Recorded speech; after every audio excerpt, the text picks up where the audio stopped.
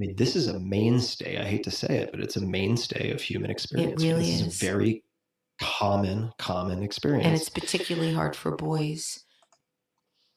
So we're talking about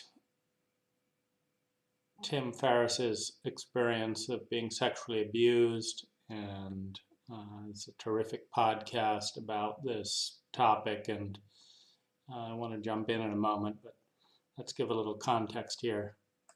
It's like there needs to be, in addition to the Me Too movement, maybe there needs to be a He Too movement, just so that men can feel like they can disclose without feeling shame.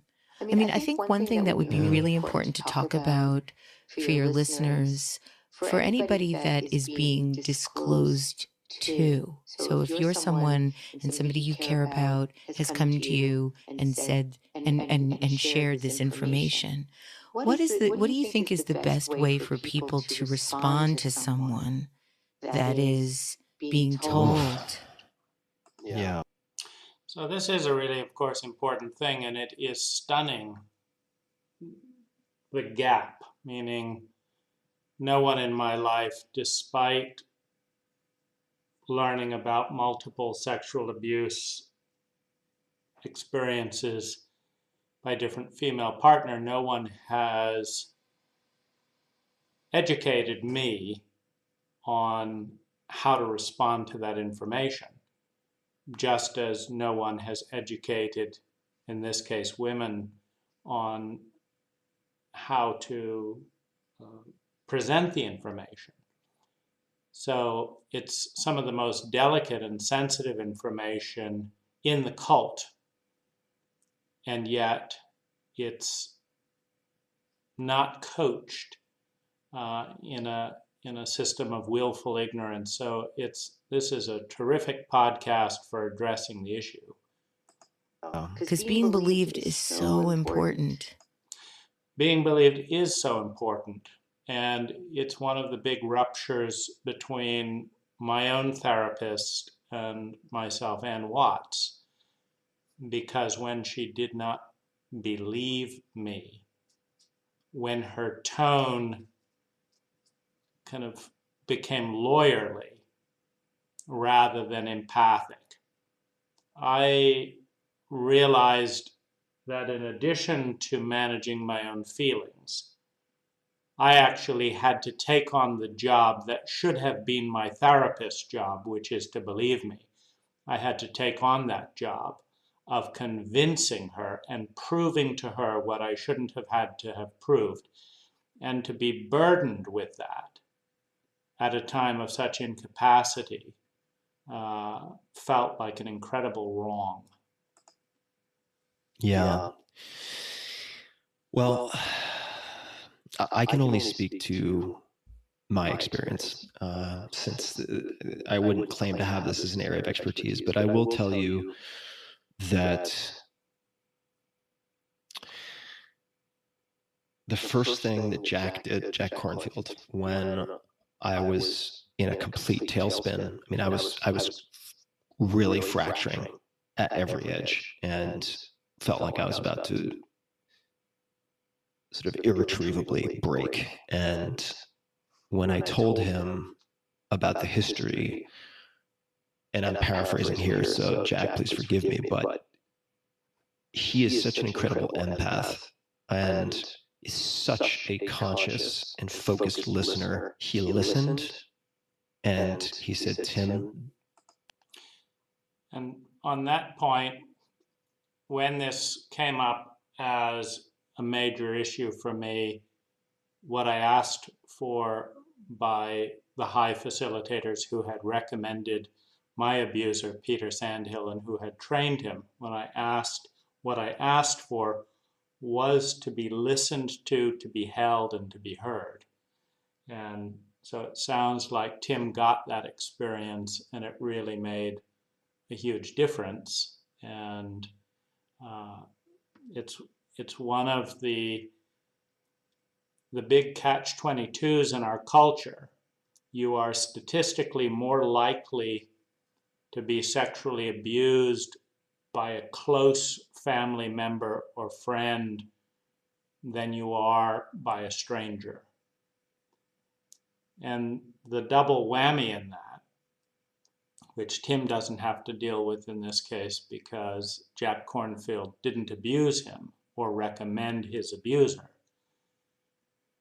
is that the very people you turn to and need to turn to be heard and supported are the people who have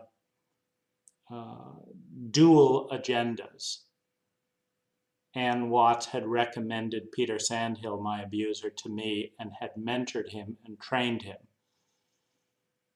And as it turned out, her primary loyalty was to my abuser and to her own feelings. But in this case, Jack Kornfield's primary loyalty is to Tim, and it makes all the difference. And so he's able to really listen. That's awful, and that never should have happened to you. That never should have happened to you. That should never happen to anyone. And that is, I think, the perfect thing to say, because that's being said to the little boy who, in infancy and in childhood, believes that if it's happening, they deserve it. And so that's the antidote to the message that the little boy gives to himself. The little boy grows up hating himself as an internalization of the hatred directed towards that little boy by exposing him to the sexual abuse. And so that's for the little boy. This should never have happened to you.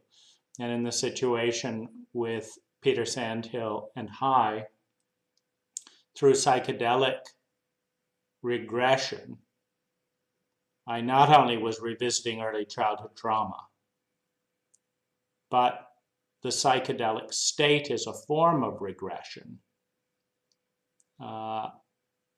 And in that state, the most sensitive and vulnerable parts of me were being used by someone in a sacred role, a therapist. And so it touches on similar terrain. And that is the thing to say. This should never have happened to you or to anyone, because that's the antidote to the message of the inner child that says, if it happened, if I've been abused, it's because I'm bad and I deserved it. And he consoled me. And that meant so much to me and had such a visceral emotional impact. I feel like that was the primary parachute, right? It's like you have the primary parachute, then you have the backup parachute. And I've never been asked that question, so I'm improvising here. But the backup parachute, which is still so important to have, might be the prescriptive advice giving. You should do this. Here's advice on how to address this. But if he had skipped directly to that, I would have been in no condition to begin to digest the recommendations. Yeah. And I agree. And the reason for that is that if the child is believing that the abuse was their fault, without clearing off that burden, which is self-induced by the child, because the child is, the inner child is trying to believe in a future that's worth existing and that is survivable. Because if the child believes that the adult is fucked up, which is evidence of a fucked up world, which is evidence in a helpless state that they may not survive because it has nothing to do with them and they're in a fucked up culture by fucked up adults or fucked up grown-ups in adult bodies. The child might as well give up and despair at that moment, because that is a logical conclusion for being surrounded by morons. By taking on the responsibility in infancy that it's my fault and I'm bad, the child has a reasonable goal, which is to be better and to be worth loving in the future.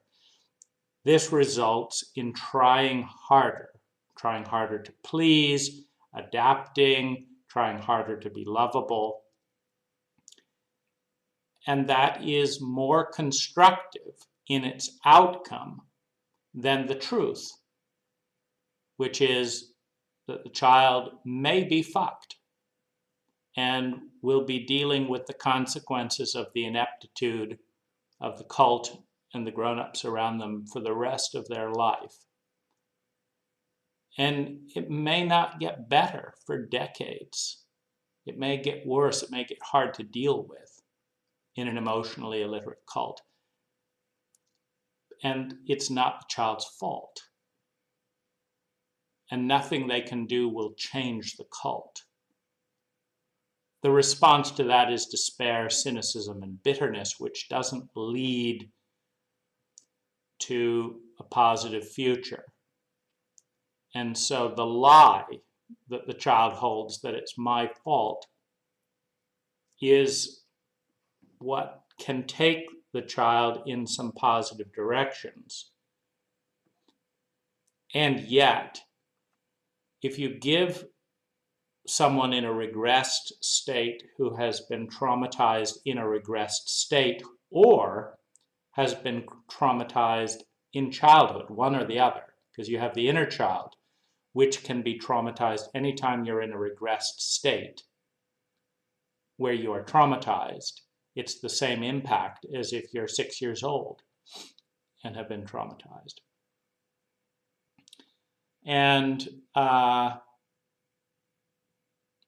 so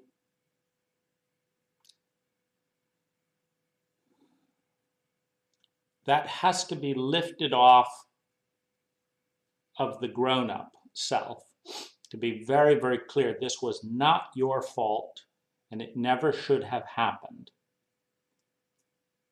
Now that we've made that clear, there are things that you can do to fix something that wasn't your fault, as opposed to, it was your fault, you're unlovable,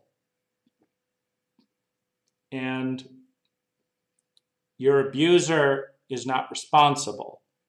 And that's why you have to do the work to fix all the shit that your abuser did to you because you deserved it. And that's why you have to clean up your abuser's mess, because you deserve to clean up your abuser's mess, because you're bad and you're unlovable. So it's an incredibly important pivot that happens at this moment. Because to not clarify and establish with absolute conviction that this does not, should not, in any intelligent culture, would not happen to a little boy. In sane and healthy cultures, little boys are not sexually abused. And 14-year-old teenagers are not taught to abuse them by being abused themselves. That doesn't happen in a healthy, sane culture. And it's not your fault at 2 years old. Then it's an empowering thing to nonetheless be the big one, to take responsibility for doing what we can to improve our lives. But until that pivot takes place, everything that we do to forgive the abuser, to clean up their mess, to go to therapy, to pay for therapy, is part of the child's version of self-punishment. Of course I have to pay for therapy because I'm unlovable. Why should my abuser have to pay for my therapy? I'm worthless. The abuser should not be inconvenienced. I should pay for my own therapy. I should suffer. I should be dealing with this for decades because we all know that I'm unlovable. And that's the that's also very important to understand the rebellion of the adolescent. Because you go through the self-abuse of the child, and then you go to the rebellion of the adolescent. And the rebellion of the adolescent is, fuck that. I want revenge. No fucking way. I'm not spending a penny on therapy. My abuser has to do that. My abuser should pay for this. My abuser should clean up this mess. I'm not going to do it. I'm going to wait for a fucking adult somewhere in this cult to right this wrong that should never have been done to me. I'm not an adult. I'm an adolescent. And I'm not going to play along with this self-abuse thing. And I'm not going to forgive. Why should I have to do work to clean up my abuser's mess? Why the fuck should I have to pay for a decade of therapy so that my abuser can be more comfortable not having to pay for it? They're going to pay for every penny that I have to pay because that's the right thing to do. And it is. The adolescent is absolutely right as an adolescent. It's unfair. It's fucked up. And to the adolescent, they are incapable of being an adult. Now, it's only when the adolescent is validated. So the child, the adolescent, to some extent, rebels against the childhood stance of accepting the wound, and says, "Fuck you" to the world that does this. It's only when the adolescent is empathized with an internal adult that says, "You're absolutely right. I understand your anger. I understand how fucked up it is. Every single thing you say is true. And my abuser is not an adult in this area at this time. And my abuser is obviously not an adult at this time in this area because my abuser is not cleaning up the mess. And I'm not surrounded by an adult. My government is not an adult in this area. My friends are not adult in this area. The friends of my abuser are not adult because they are not. There is no voice in the abuse ecology that is dictating that the abuser make amends, apologize, pay for the therapy, listen to our feelings, go, acknowledge the impact. No one is asking that of the abuser, including the abuser. In other words, an adult isn't present in the space, which means that our adolescent is betrayed. There is no adult there. And it can be upsetting in this state, at least it was for me, when my therapist wanted my adolescent, who was grasping the level of betrayal and cruelty involved by my other therapist, when my therapist wanted me to move on without protesting or in any way suggesting that the other therapist should actually behave like an adult and like a human being, it felt like another betrayal because I was not an adult. I was an adolescent waiting for an adult. And my therapist was not being an adult. And my therapist talking about my abusive therapist was not being an adult. Because an adult recognizes an adolescent. And an adult by definition, loves and validates the adolescent without expecting the adolescent to be capable of being responsible or validating and supporting the therapist. Meaning, if the therapist is a child or adolescent, they cannot be an adult. And they, of course, want their client to be the adult so that they don't have to be. When an adolescent is raging at the injustices of the world, an adult validates that, one, and advocates, two. You're right. How can I help? Let me protest with you the injustices of the world so that you're not alone. But my therapists were children in this area. They couldn't protest and advocate for my adolescent. And my adolescent, being surrounded by children and adolescents in this area, didn't know how to become an adult and felt shamed and enraged that one therapist would cover for another therapist with no one holding the therapist accountable.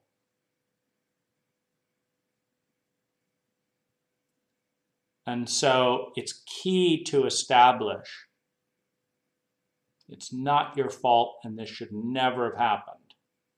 And establish, I get all the rage and vindictiveness and righteousness that you feel. That's the adolescent. And upon fully validating the adolescent and holding space for an adult, some part of inside to care and emerge, to acknowledge the adult is not outside in the cult. Your parents are not adults. Your first therapist wasn't an adult. Your second therapist was not an adult. Your friends, quote unquote, are not adults. And you're not an adult.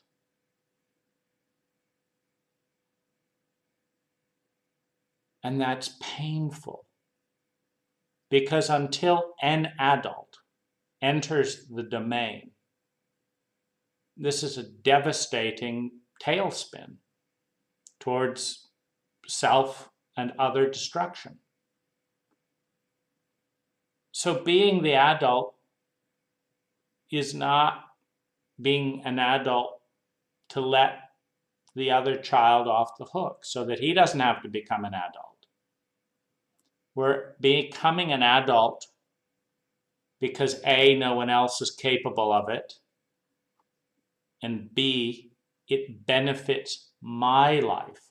I benefit by being an adult. Now, my therapist would benefit from being an adult as well. And my friends would benefit from learning to be an adult. And the first therapist would benefit from learning to be an adult. But they're too much in their own child and their own adolescent, their own fear and loyalty to abuse patterns, and their own rebellion and reactivity to actually show up and be responsible, to be willing and able to do what's necessary to make this right. They're not willing and capable of being adults. So the question is, should my life be ruined because I'm surrounded by incompetent children? And I am an incompetent child who has been taught by incompetent children how to be hurt, but not how to heal the hurt. Should my life be ruined just to have revenge on the incompetent ones? And that's where the adult says no. It's a pity that my therapists don't know what being a therapist means. It's a pity that the other therapist doesn't know what advocacy means. It's a pity that my cult is emotionally illiterate. It's a pity that my parents know how to amplify these patterns but not mend them. It's a pity that I am not surrounded by adults, and I never have been. It's a tremendous sorrow and a tremendous pity and a tremendous grief. But all the more reason to be an adult myself, because my life gets better if I can figure out how to be an adult without good role models to be an adult. So that's kind of what I see in this terrain.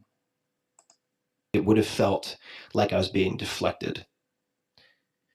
So for me, the critical safety net was just being with me and witnessing what I was going through, not rushing. And the not rushing is really big here, because to rush portrays a belief in scarcity, which is the entire terrain. I'm completely unlovable. I've never been loved, and I'm unlovable. That is a desperate state of scarcity. So when someone is in this sacred terrain of where this is possible to pivot out of, and they feel like they don't have enough time and communicate that in some way, it tells you that the people around you are as stuck as you are and are as stuck in scarcity as you are, which leads to despair, not help, not hope.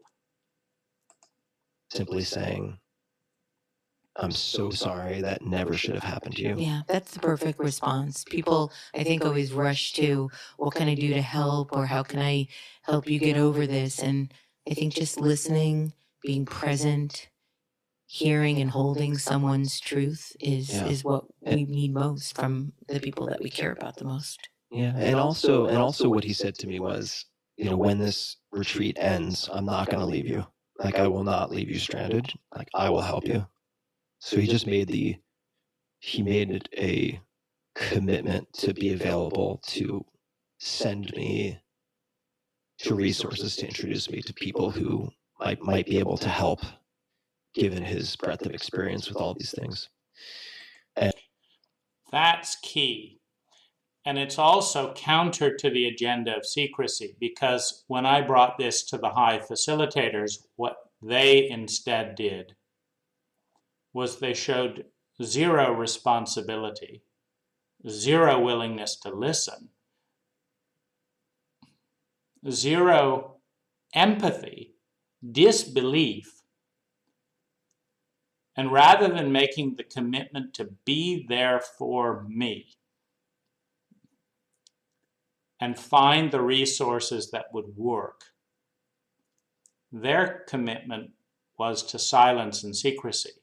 They couldn't send me to other resources because their primary loyalty was to shut me up